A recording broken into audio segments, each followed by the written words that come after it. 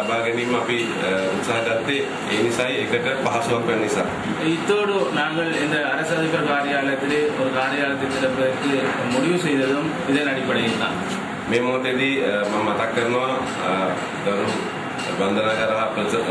குருத்தாப்பன் பந்தநகர Prashanth கண்ணமட்டி chancellor கதிர தங்களுடைய மாவட்டத்தை பொறுத்தவரையிலே 3000க்கும் மேற்பட்ட இளைஞர் யுவதிகள் புனர்வாழ்வு அளிக்கப்பட்டு தற்பொழுது எங்களுடைய மாவட்டத்திலே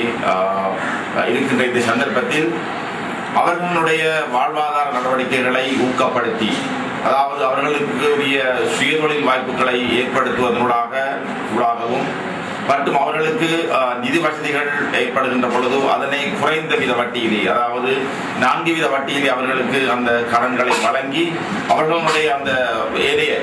விருப்பம் அவருடைய துறைசார் வாழ்வாதார நடவடிக்கைகளை உயர்த்துவதற்கும் அதனூடாக அவர்களுடைய அந்த வாழ்க்கை தரத்தை மேம்படுத்துவதற்குமான திட்டத்தை விரிவுபடுத்துவதற்காக இந்த அலுவலகம் திறக்கப்பட்டிருக்கின்றது.